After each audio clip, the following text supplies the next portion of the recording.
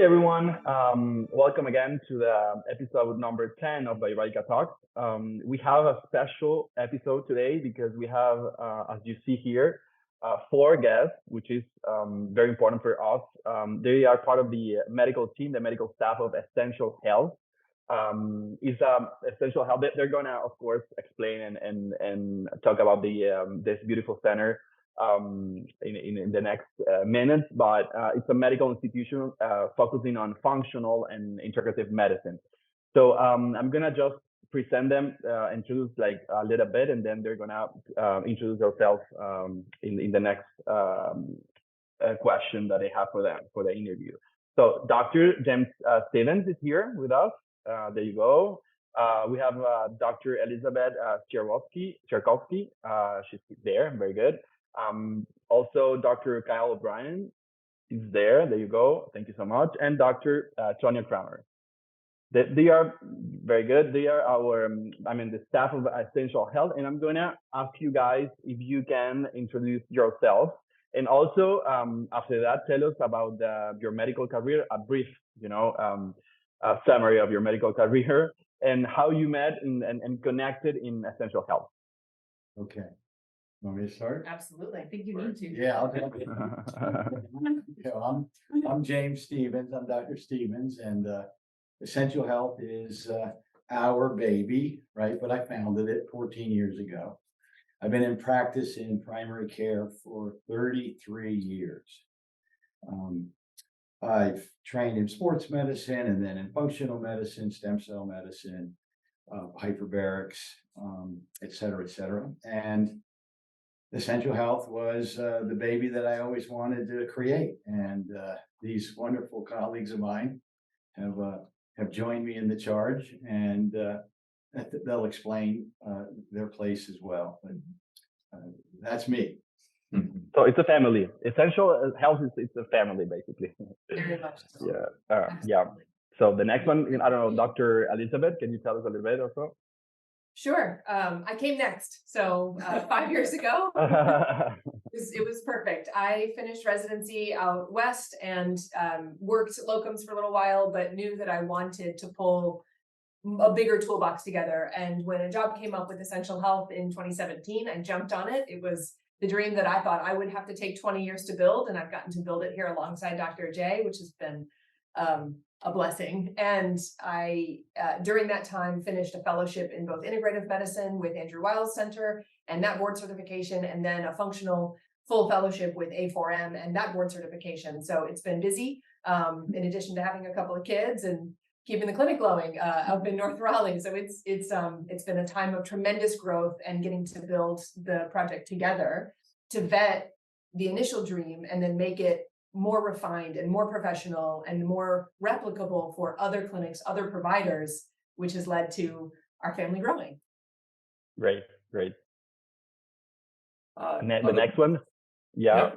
My name is Kyle O'Brien. Kyle, I'm new to the team here, along with Dr. Cramer. I'm also earliest in my medical career, I think by quite a bit. So I just finished up my family medicine training up north at the Cleveland Clinic and did some integrative and functional training as well. So I've been with Central Health for a couple of months now. Kind of a funny story how I ended up joining the team, but I think similar to you is I had always dreamed of a way to practice medicine and I didn't know anyone was doing it yet. And then I found Essential Health and realized that they were doing it even better than I had dreamed of. And so once I found them, I had to be part of the team, and here I am. Couldn't be happier. So great. And the last child? The last one. So let's see. I started out actually my career in plastic surgery, and I found myself becoming very disheartened because I was doing things like limb amputations on diabetics, and I was watching having to do resections of lungs and organ transplants, and plastic surgery. Of course, we get into a lot of wound care, and we get into post-cancer remediations of the sections of the body. And I was so sad because I felt that we were too late to the game. We just were failing our patients, and that was really wearing on me. And so I started looking for ways to get further upstream to actually treat the disease and to create processes of addressing the root of illness versus the management of illness.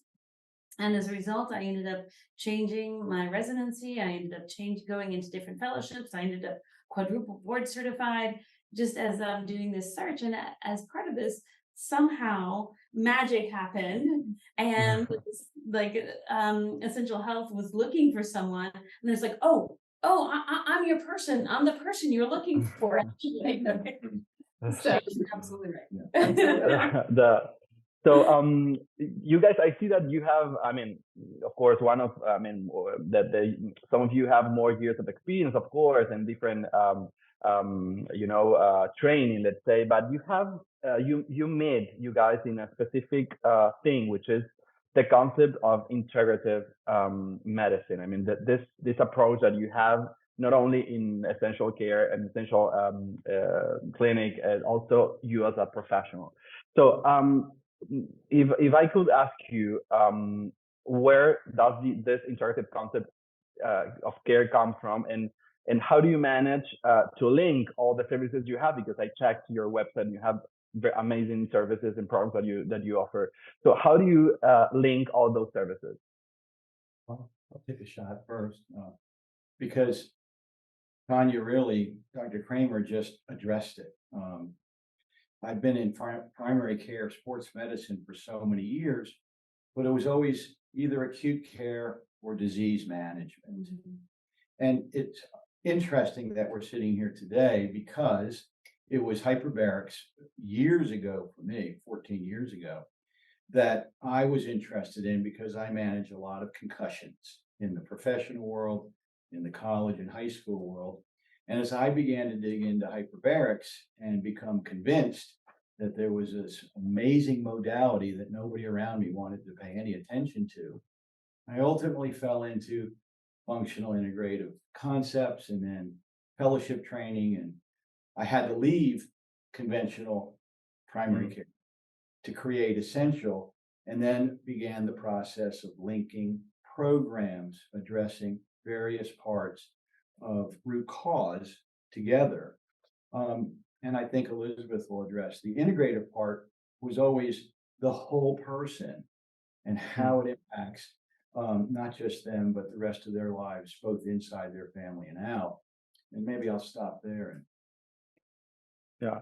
So you just mentioned something very, very important. I mean, of course, you mentioned hyperbaric, which is one of the focus of this interview, but the whole person. So as you know, the hyperbaric oxygen therapy has this novel benefit, which is that the hyperoxia, which is in general a systemic benefit that you get.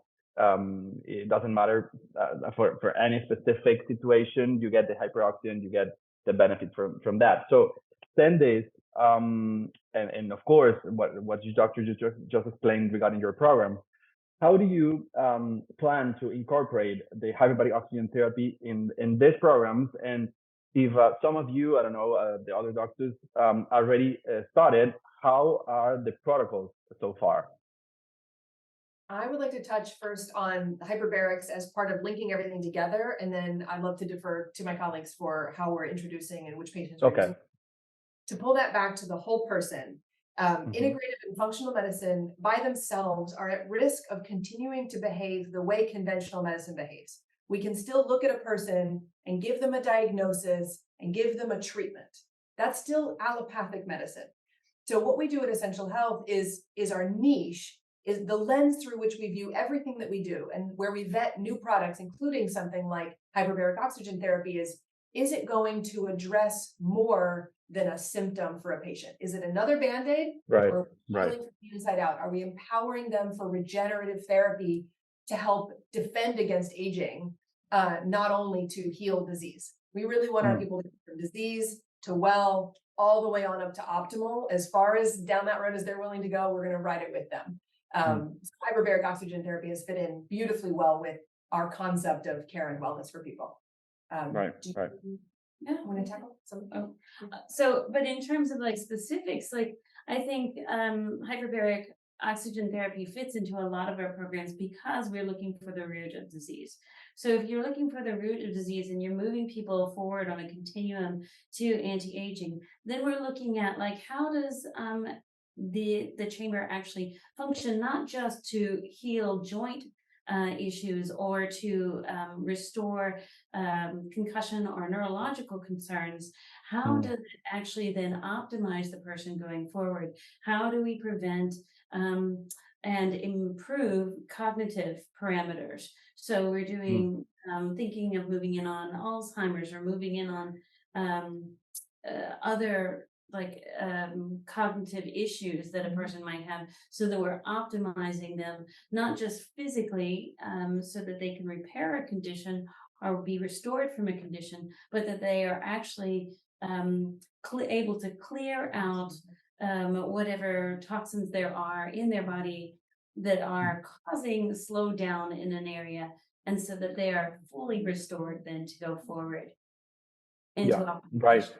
And that's basically you just answered one of the of my next question, which is specifically if you guys can tell us the application that you see or the role of the hyperbaric oxygen in specific therapeutical approaches or therapeutical areas. For sure, we agree that this is magnificent because it's not only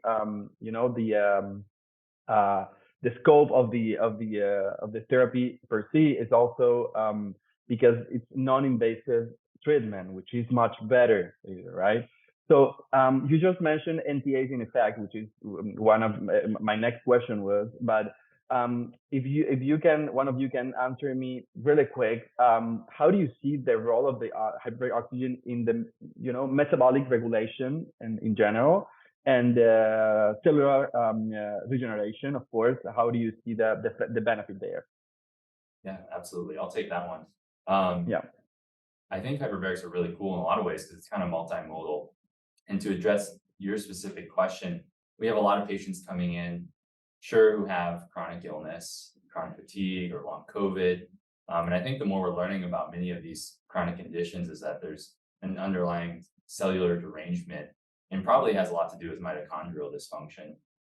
And so a lot of our therapies now are aimed at how do we optimize the mitochondria through exercise or through hyperbarics, forcing oxygen into the cells so mitochondria use it and perform effectively, or through IV therapies. And so it's just a perfect tool that we now have in our toolbox to help those people. But it's also cool too, because we have just the people who feel well, and we're trying to promote longevity, and they want every tool that they can get to live longer and live better. And so hyperbarics is perfect there. And then, like just today, I saw someone with an acute shoulder pain, and we got them in on the hyperbaric chamber. And so you can use it for conventional aspects of primary care, for acute stuff, or for these more chronic issues that no one's been able to figure out. Like hyperbarics is safe and it works well. So I think we're excited about that across the board. Absolutely. We've had some really interesting cases too. I've had somebody in with chronic anemia who can't get blood transfusions.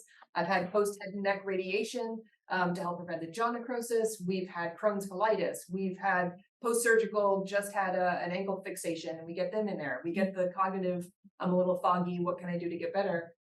Yeah, I mean, I would say if we start from the top and come down, we can list it all. So one of the things that we say very often here is the 3 C's that drive people to clinics are cognitive decline, cancer, and cardiac.